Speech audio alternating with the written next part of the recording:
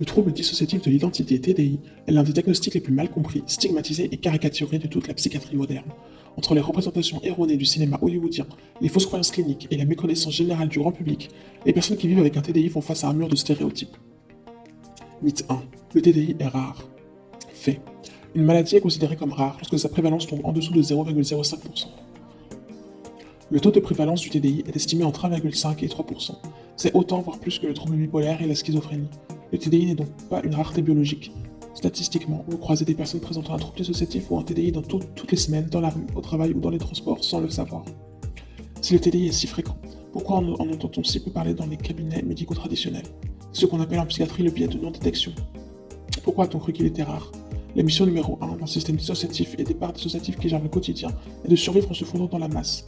Le TDI est vraiment de base un trouble profondément caché, masqué. Une personne atteinte de TDI passe souvent des décennies à masquer sa souffrance, ses pertes de mémoire et ses conflits internes, pour paraître normale et éviter le danger ou le rejet ou d'être prise pour une folle. Et comme elle passe sa vie à camoufler toute amnésie et à s'adapter pour survivre, les professionnels de santé non formés passent souvent à côté. Il est considéré que seuls 6% des patients ayant un TDI ont des symptômes facilement perceptibles qu'ils ne peuvent pas masquer.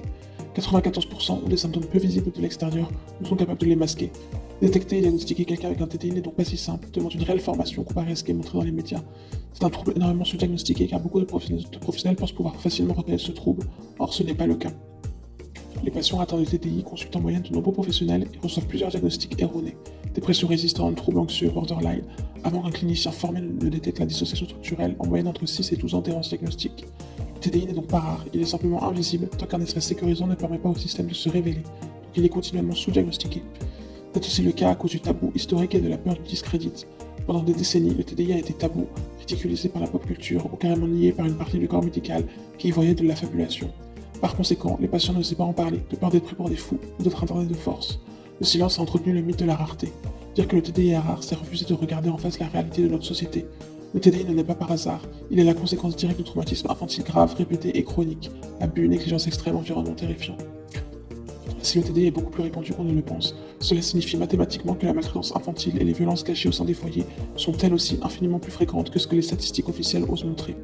Le mythe de la rareté arrange le système global.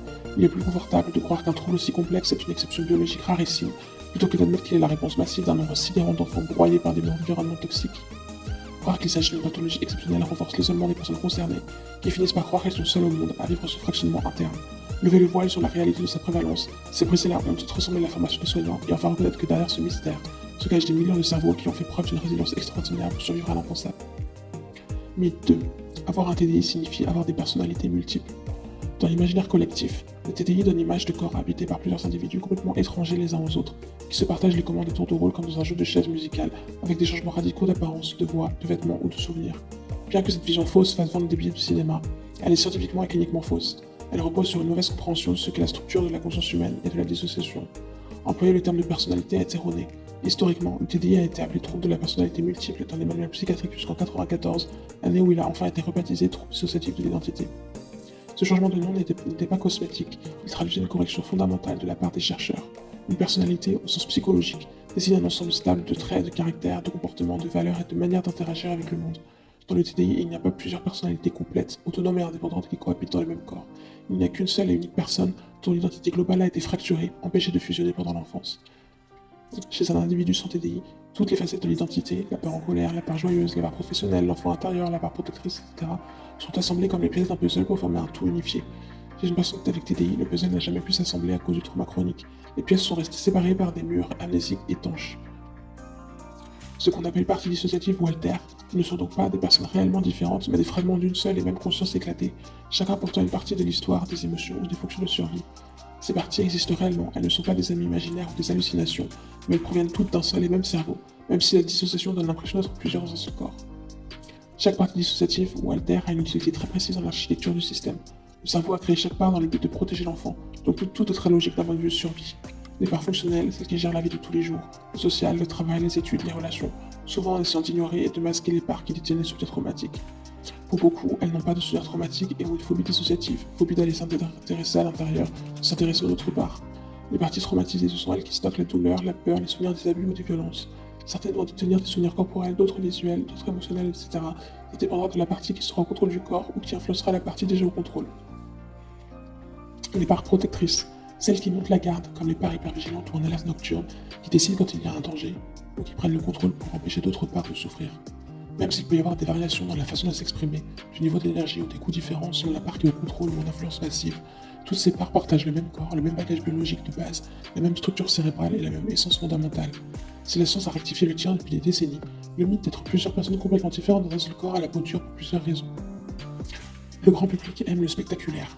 Il est plus facile pour un scénariste d'imaginer un personnage qui change de costume et de voix instantanément que de montrer la réalité subtile, épuisante et profondément interne d'un cerveau qui gère de l'amnésie dissociative, des dialogues silencieux. Quand une part prend le contrôle du corps à la place d'une autre, ce qu'on appelle un switch, il peut y avoir des ruptures nettes dans la mémoire, le ton de la voix ou l'attitude corporelle qui change.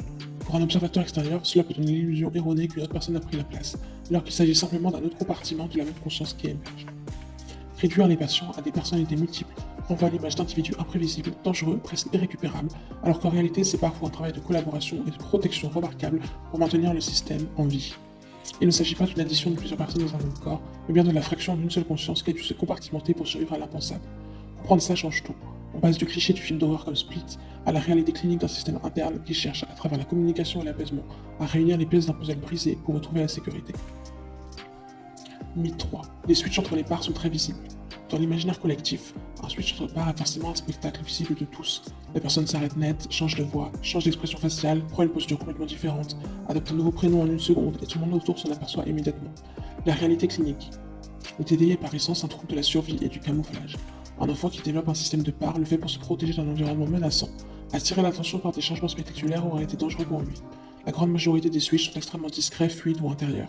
Souvent, seul le système s'en aperçoit, ou l'entourage remarque juste un léger changement d'énergie, de regard ou de ton, sans qu'aucun personnage de film spectaculaire ne se manifeste. Les switches ultra-visibles ne concernent qu'une infime minorité de cas. Mythe 4. Le TDI ne consiste qu'à avoir des personnalités multiples. Dans la continuité du mythe des personnalités multiples, il existe une autre idée reçue extrêmement réductrice. L'idée qu'avoir un trouble dissociatif de l'identité se résume uniquement à ce qu'on appelle le switching, le fait que différentes parts prennent le contrôle du corps à tour de rôle. Pour le grand public, nourri par les médias, une personne avec un TDI passe sa journée à changer d'identité toutes les 5 minutes en se transformant sous nos yeux. C'est une vision non seulement caricaturale, mais qui occulte complètement la véritable tempête quotidienne que vivent les personnes concernées. Les symptômes les plus invalidants sont souvent ceux qu'on ne voit pas de l'extérieur. Voici ce que recouvre réellement le quotidien d'un système, bien au-delà de la simple existence de plusieurs parts. L'amnésie dissociative chronique. L'amnésie dans le TDI ne se limite pas à oublier ses clés.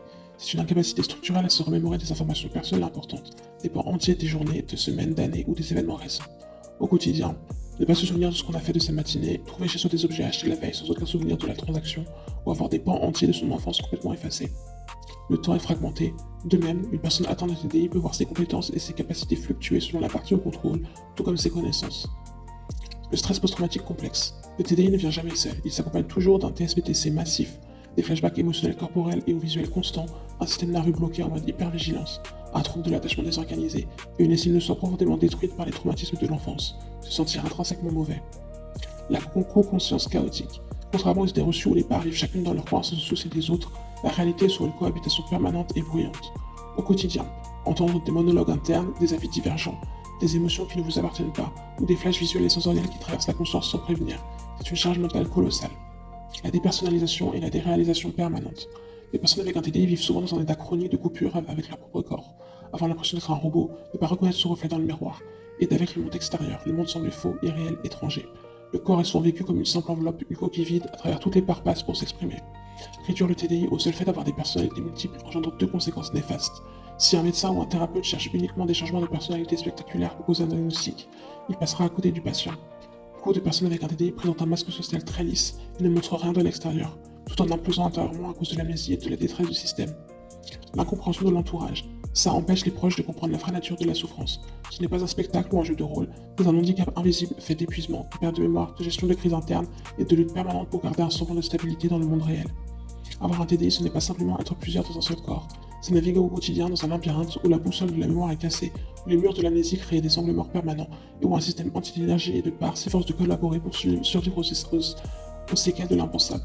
Les switches ne sont que le sommet de la montagne, tout le reste est un travail de titan invisible qui se joue dans les coulisses de l'esprit. Mythe 5. Le TDI c'est pareil que la schizophrénie. On entend très souvent le TDI, trouble dissociatif, avec la schizophrénie. On confond très souvent le TDI, trouble dissociatif, avec la schizophrénie, trouble psychotique. Dans le langage courant ou dans les représentations hâtives, on entend souvent dire que quelqu'un qui a plusieurs parts ou qui entend des voix est schizophrène. C'est une erreur clinique monumentale.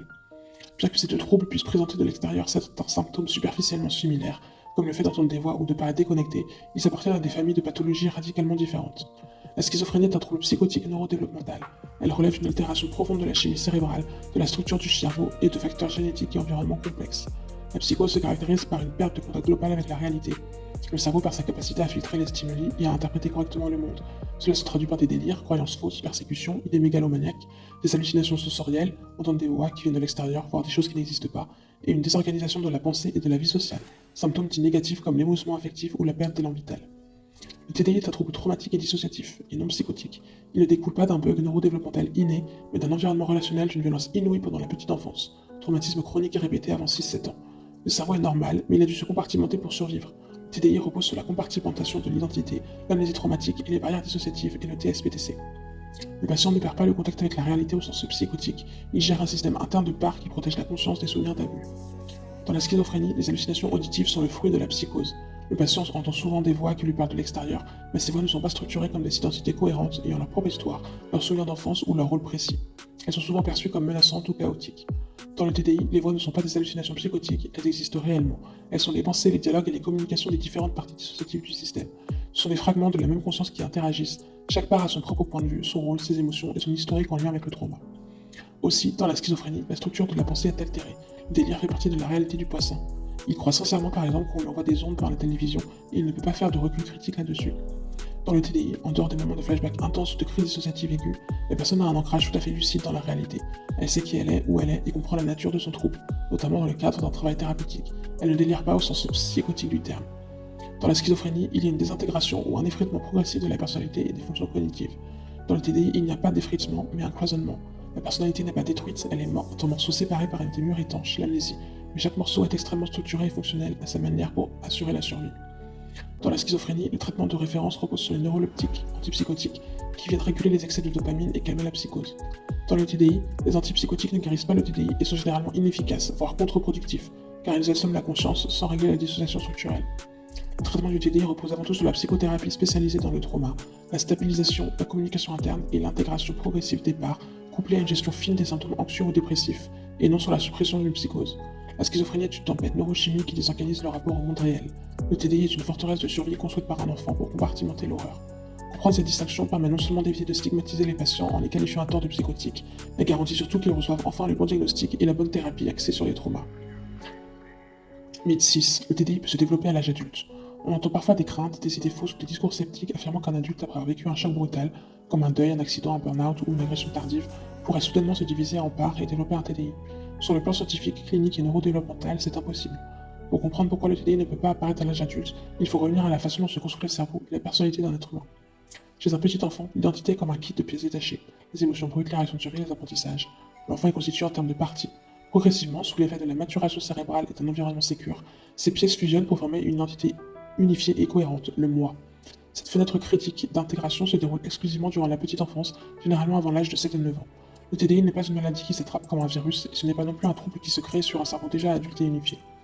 Le TDI se forme pendant sa période de construction, avant 6-7 ans, lorsque l'enfant subit des traumatismes chroniques et qu'il empêche précisément cette fusion de se faire. Le cerveau utilise la dissociation structurelle pour bloquer l'assemblage des pièces du puzzle afin de survivre à l'horreur. Une fois que le cerveau a passé l'âge de 9 ans et que la structure de base de l'identité est ancrée et consolidée, il est biologiquement et neurologiquement impossible de fracturer à nouveau cette structure en un système de parts cloisonné. La personne va souffrir de flashbacks, de cauchemars, d'hypervigilance et d'évitement, mais sa structure identitaire restera unifiée. Si le TDI ne se développe pas à l'âge adulte, pourquoi entend-on souvent dire « il ou elle vient de découvrir qu'il a un TDI à 30 ans » ou « le TDI s'est déclaré après tel événement ». C'est là toute la nuance entre l'apparition du trouble et sa prise de conscience, le diagnostic. Le TDI est présent depuis l'enfance mais caché. Le système de parties dissociatives a été créé avant l'âge de 9 ans. Durant toute l'adolescence et une partie de l'âge adulte, le système a fonctionné en mode camouflage, influence passive, amnésie invisible, refoulement profond, pour protéger la personne. Souvent, c'est à l'âge adulte, parfois à l'occasion d'un grand stress, d'une mise en sécurité comme une hospitalisation, d'une thérapie ou d'un épuisement, que le système ne parvient plus à maintenir les murs étanches. Les amnésies se fissurent, les parts commencent à communiquer plus fort, et la personne découvre l'existence de son TDI. Pour l'entourage ou pour le patient lui-même, on a l'impression que le trouble vient d'apparaître. En réalité, le TDI était là depuis toujours, tapis dans les fondations, et il vient simplement de se révéler au grand jour parce que le système n'a plus la force de porter le masque en silence. Le mythe selon lequel on peut développer un TDI à l'âge adulte témoigne d'une méconnaissance de la chronologie du développement cérébral. Le TDI est une architecture de survie exclusivement infantile. Mythe 7. N'importe quel thérapeute formé au traitement du trouble de stress post-traumatique peut prendre en charge quelqu'un avec un TDI. À première vue, cela semble logique. Le TDI est un trouble du trauma, donc un spécialiste du trauma devrait faire l'affaire, n'est-ce pas? En réalité, c'est une fausse équivalence qui conduit très souvent à des impasses thérapeutiques, à des retraumatisations massives ou à des crises graves pour les patients. Pour comprendre pourquoi un thérapeute spécialisé en TSPT simple peut se retrouver totalement démuni face à un TDI, il faut regarder la différente architecture de l'esprit. Face à un stress post-traumatique simple, choc unique ou un stress post-traumatique complexe, choc répété mais sur une structure unifiée, les thérapies classiques basées sur le trauma, comme l'MDR classique, les thérapies d'exposition prolongée ou la TCC centrée sur le trauma, fonctionnent très bien. L'objectif est d'aider le patient à retraiter un souvenir douloureux, à le remettre dans le passé et à unifier ses émotions. Le thérapeute s'adresse à une seule conscience unifiée. Dans le TDI, la conscience est fracturée en un système de parts cloisonné par des murs amnésiques. Si un thérapeute applique les méthodes standards d'exposition au trauma trop vite, sans comprendre le fonctionnement du système, il risque de déclencher une décompensation totale, de saturer le système, tout en faisant remonter des souvenirs que le corps ne peut pas porter, ou de traumatiser des parts protectrices qui n'avaient pas donné leur accord. Un praticien qui n'est pas spécifiquement formé à la dissociation structurelle peut commettre des erreurs cliniques aux conséquences lourdes, souvent par méconnaissance. Vouloir faire de l'EMDR et de l'exposition trop tôt. L'EMDR est un outil formidable pour le TSPT, mais appliqué de manière standard à un TDI sans phase préalable de stabilisation rigoureuse, c'est une catastrophe. Provoquer un accès direct au souvenir traumatique, sans respecter les barrières amnésiques des parts, peut faire basculer le système dans une surcharge de flashbacks incontrôlable, voire une crise dissociative aiguë nécessitant une hospitalisation. Ignorer ou chercher à supprimer les parts. Un thérapeute mal formé peut commettre l'erreur de dire au patient « il faut qu'on élimine ces voix » ou « ces parts n'existent pas, concentrons-nous sur vous ». Pour un système TDI, rejeter ou vouloir détruire une part équivaut à répéter le traumatisme original de l'invalidation et du rejet. Cela crée une panique interne massive et pousse le système à se refermer hermétiquement. Ne pas repérer le masking. Les personnes avec un TDI ont souvent développé un mécanisme de camouflage redoutable pour survivre en société. Elles s'adaptent, sourient, donnent l'impression d'aller bien. Un thérapeute non formé ne verra que cette façade fonctionnelle et passera complètement à côté de la détresse cachée et de l'épuisement des parts à l'intérieur. Traiter le TDI demande une formation spécifique et rigoureuse. Le traitement se fait en phase stricte. La phase de stabilisation et de sécurité, la plus longue. Avant de toucher au moindre trauma, le travail consiste à cartographier le système, à instaurer une communication interne, à aider les parts à se faire confiance et à apprendre au corps à s'apaiser dans le présent. Le thérapeute agit ici comme un médiateur ou un régulateur de la cohabitation. Le traitement du trauma, fractionné et sécurisé. Les souvenirs ne sont explorés qu'au compte-gouttes, avec l'accord des parts concernées, et uniquement lorsque le système a assez de ressources internes pour les encaisser sans disjoncter. L'intégration ou la coopération harmonieuse. L'objectif n'est jamais de forcer une fusion, mais d'aider le système à apaiser ses peurs pour que la coopération devienne fluide, réduisant ainsi les amnésies et la souffrance quotidienne. Le mythe selon lequel tout thérapeute du trauma peut se lier à un TDI est une idée reçue dangereuse qui banalise la complexité de la dissociation structurelle. Mythe 8. Le TDI est une invention moderne ou une mode des réseaux sociaux. Beaucoup de gens pensent que le TDI est une pathologie récente, fabriquée de toutes pièces par des adolescents sur les réseaux sociaux pour attirer l'attention ou faire le buzz. Le TDI n'a rien de nouveau. Bien avant Internet, le trouble a été documenté rigoureusement par des psychiatres et des neurologues dès la fin du XIXe siècle, à l'époque de Pierre Janet ou de Jean-Martin Charcot, où l'on appelait souvent double conscience ou hystérie dissociative, avant d'être répertorié sous le nom de trouble de la personnalité multiple dans le DSM-3 puis rebaptisé TDI. Aussi, ce n'est pas parce que les gens en parlent davantage aujourd'hui, grâce à la levée progressive du tabou et à la libération de la parole, que le trouble vient d'apparaître. C'est une pathologie documentée scientifiquement. Le TDI est officiellement reconnu par les grands manuels diagnostiques mondiaux, DSM-5 et la CIM-11. Les études en neuroimagerie cérébrale démontrent des différences objectives et mesurables dans l'activité et la structure du cerveau entre les différents états d'identité d'un système TDI. Par exemple, des modifications de flux sanguin cérébral ou des réactions physiologiques spécifiques impossibles à simuler volontairement. Un mécanisme de survie universel. L'amnésie dissociative et la compartimentation ne datent pas d'Internet, elles ont été documentées par la psychiatrie bien avant l'ère des réseaux sociaux sous d'autres noms, comme l'hystérie de conversion ou la personnalité multiple au XIXe siècle. Mythe 6. Le TDI est un trouble de la simulation ou de l'imagination. Puisque le TDI touche à l'identité et à l'esprit, certains sceptiques et souvent de vieux professionnels de la santé non formés pensent que les patients s'inventent des personnages qui font du théâtre ou qui sont sous l'emprise de suggestions extérieures, comme des faux souvenirs implantés par un thérapeute malveillant. Des études en neuroimagerie, IRM fonctionnelle, ont démontré que les switches entre différentes parts s'accompagnent de modifications physiologiques et neurologiques mesurables, changement de flux sanguin dans le cerveau, modification de l'acuité visuelle, de la tension artérielle ou des allergies médicamenteuses d'une part à l'autre. On ne peut pas simuler biologiquement de telles variations.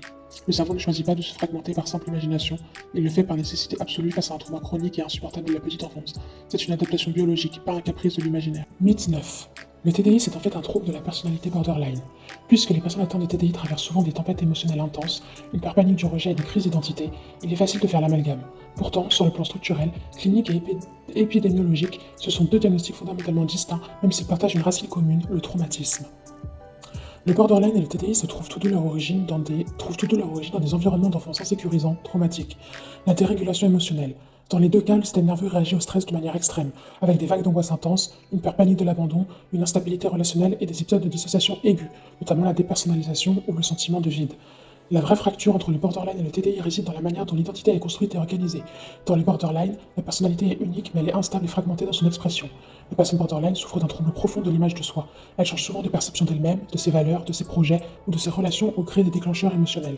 Cependant, il n'y a pas de barrière amnésique étanche entre ces différents états de soi, et il n'y a pas de système de part autonome doté de rôles de survie distincts, de noms propres et d'amnésie interne identitaire. La conscience reste unifiée même si elle subit de violentes turbulences. Dans le TDI, le problème n'est pas seulement l'instabilité émotionnelle, c'est la compartimentation structurelle de l'identité. À cause de traumatismes survenus avant l'âge de 6-7 ans, l'identité n'a jamais pu fusionner. Le cerveau a construit des murs amnésiques étanches, la dissociation structurelle, tertiaire. Il y a un véritable système de parts qui se relaient pour contrôler le corps, avec des amnésies entre les parts, des points de vue radicalement différents et une organisation interne complexe. Un borderline ne présente pas de système cloisonné de la sorte. Pour y voir clair, voici les critères qui séparent nettement les deux troubles. Dans le borderline, il peut y avoir des troubles de mémoire lors de crises émotionnelles très intenses, dissociation péritraumatique, mais il n'y a pas d'amnésie chronique, structurée et quotidienne entre différents états de soi comme dans le TDI. Dans le TDI, l'amnésie dissociative est un pilier central. Perdre des heures, des jours ou ne pas se souvenir d'événements de sa propre vie à cause des barrières entre parts et la norme. Dans le borderline, la crise est souvent déclenchée par un sentiment de rejet, d'abandon ou une tempête émotionnelle relationnelle. Elle se traduit par une impulsivité, des colères intenses, un sentiment de vide abyssal, des conduites à risque. Dans le TDI, la crise peut être déclenchée par un rappel du trauma, un trigger, et elle se manifeste souvent par un switch de part, une confusion interne ou la remontée d'une part traumatique qui porte la douleur. Dans le borderline, le patient se sent vide ou a l'impression de ne pas savoir qui il est profondément. Je change tout le temps d'avis sur moi. Dans le TDI, le patient ressent la présence active d'autres points de vue, d'autres voix ou d'autres mots à l'intérieur de sa tête avec lesquels il interagit ou cohabite, la colocation interne. Pendant très longtemps, et c'est encore le cas dans certains cabinets, les personnes atteintes de TDI ont été erronément diagnostiquées comme borderline sévère. Cette confusion est destructrice pour le patient. Des traitements inadaptés. Les thérapies classiques pour le borderline, comme la thérapie comportementale dialectique, sont une grande aide pour la régulation émotionnelle, mais elles ne suffisent pas à traiter un TDI car elles ignorent la structure du système, la communication interne et la gestion des amnésies. Traiter un patient TDI en le renvoyant sans cesse à une prétendue instabilité borderline alors qu'il subit des switches de part et des amnésies, c'est nier la réalité de sa structure traumatique et l'empêcher d'accéder à la thérapie spécialisée dont il a besoin. PS, il est tout à fait possible statistiquement qu'une personne ait un TDI et des traits de personnalité borderline, les traumatismes de l'enfance pouvant imbriquer plusieurs souffrances, mais ce sont deux entités diagnostiques bien distinctes. Mythe 10, le mythe de l'intégration finale, l'idée reçue. L'objectif ultime et obligatoire de toute thérapie du TDI serait de détruire ou de fusionner de force toutes les parts pour ne faire plus qu'une seule ou qu'un seul hôte originel. Si le patient ne fusionne pas entièrement, la thérapie est considérée comme un échec. La réalité clinique, le choix du système avant tout. La prise en charge moderne ne force jamais la fusion unitaire. L'objectif premier est la coopération, la sécurité, l'apaisement et la réduction de la souffrance. Certains systèmes choisissent effectivement la fusion complète, l'intégration finale, si cela correspond à leur souhait de vie. D'autres choisissent de rester un système fonctionnel et coopératif où les parts apprennent à communiquer en harmonie, à se partager les tâches de la vie quotidienne et à vivre ensemble de manière pacifique. Les deux chemins sont tout aussi valables et respectables. Mythe 11. Les personnes avec un TDI sont plus susceptibles de dangereuses de devenir des criminels. Nourri par des décennies de thrillers hollywoodiens, où le méchant a toujours un alter meurtrier caché, ce mythe fait peser un poids de terreur et de honte immense sur les épaules de personnes qui souffrent en réalité d'une vulnérabilité extrême. Le cinéma et la littérature ont un besoin dramatique. Pour créer du suspense, il faut un antagoniste menaçant. Des films comme Split ou de vieux téléfilms policiers ont ancré dans l'imaginaire collectif l'idée qu'une partie dissociative pouvait être un tueur sanguinaire et que le corps pouvait basculer du jour au lendemain dans la criminalité sans que la personne principale ne s'en aperçoive. Cette confusion entre pathologie psychiatrique du trauma et sociopathie criminelle est un raccourci facile qui fait vendre des billets de cinéma, mais qui détruit des vies dans la réalité. Les personnes avec un TDI sont massivement des victimes, pas des agresseurs. Le TDI n'est pas d'une nature mauvaise ou d'un défaut moral. Il naît de l'horreur subie pendant l'enfance. Statistiquement, les personnes atteintes de TDI sont beaucoup plus souvent victimes de violences, d'exploitation et d'abus à l'enfance comme à l'âge adulte en raison de leur vulnérabilité structurelle plutôt que l'auteur. Comme on l'a vu, chaque part naît avec une mission de survie. Aucune part n'a pour fonction naturelle de nuire aux autres ou à la société. Au contraire, les rôles les plus fréquents d'un système sont protéger le corps du danger extérieur, endurer la douleur en silence pour que le reste du système tienne le coup, fuir, s'isoler ou se cacher face au conflit. Certains s'imaginent qu'une part peut prendre le contrôle pour commettre des délits à l'insu de la personne, c'est ignorer la réalité de la structure interne, le manque d'énergie et la fatigue chronique. Un système dissociatif dépense une quantité colossale d'énergie juste pour survivre au quotidien, gérer l'amnésie et maintenir un vernis de stabilité. L'idée d'avoir l'énergie ou l'intention de planifier des actes criminels est en totale contradiction avec l'épuisement profond qui caractérise le TDI. Les systèmes internes sont par définition des architectures d'hypervigilance. Ils ont une peur panique du danger, du conflit et des représailles. Ce sont des cerveaux qui cherchent avant tout la sécurité et non à l'exposer à des risques extérieurs. Les parts protectrices agressives, parfois une part peut exprimer de la colère, de la frustration ou des réactions de défense vive, mais cette agressivité est presque toujours interne, colère contre le passé, rejet des souvenirs douloureux, etc., ou dirigée vers l'intérieur, autosabotage, détresse psychologique, ou alors elle se manifeste par une mise à distance radicale des autres, fuite relationnelle. Elle ne fait pas de la personne un criminel dangereux pour autrui. Les personnes avec un TD ne sont pas des monstres de cinéma, ce sont des survivants de traumatismes infantiles lourds qui luttent chaque jour dans le silence, pour faire cohabiter des parts brisées, pour comprendre leur propre mémoire et pour trouver un peu de sécurité dans un monde qui les a souvent agressés. Loin d'être des agresseurs potentiels, ce sont des personnes qui ont un besoin viscéral de douceur, de compréhension et de protection. Mythe 12. Ceux qui disent avoir des parts non humaines et magiques mentent et s'inventent une vie. Les récits sur internet ou dans certains cercles font souvent état de parts qui seraient des animaux, des créatures fantastiques, des extraterrestres ou des personnages de fiction, ce qui est parfois utilisé par les sceptiques pour invalider complètement le trouble en criant à l'affabulation ou au jeu de rôle. La réalité clinique, la métaphore psychologique de l'enfant. Face à un trauma d'une violence inouïe, un enfant n'a pas les concepts psychologiques d'un adulte. Pour exprimer ou encaisser une douleur trop inhumaine, son esprit peut se représenter sous des traits symboliques. Une part loup ou monstre n'est pas un animal magique. C'est la traduction métaphorique et sensorielle d'une part qui porte de la rage brute, de la férocité de survie ou le sentiment d'avoir été traité comme une bête pendant l'enfance. C'est un langage interne imagé, pas une réalité zoologique. Le cerveau a créé chaque part dans un but de survie. Il a pu créer aussi une part du genre opposé par exemple parce qu'enfant, le cerveau de la petite fille s'est dit qu'elle serait plus en sécurité si elle avait été un garçon.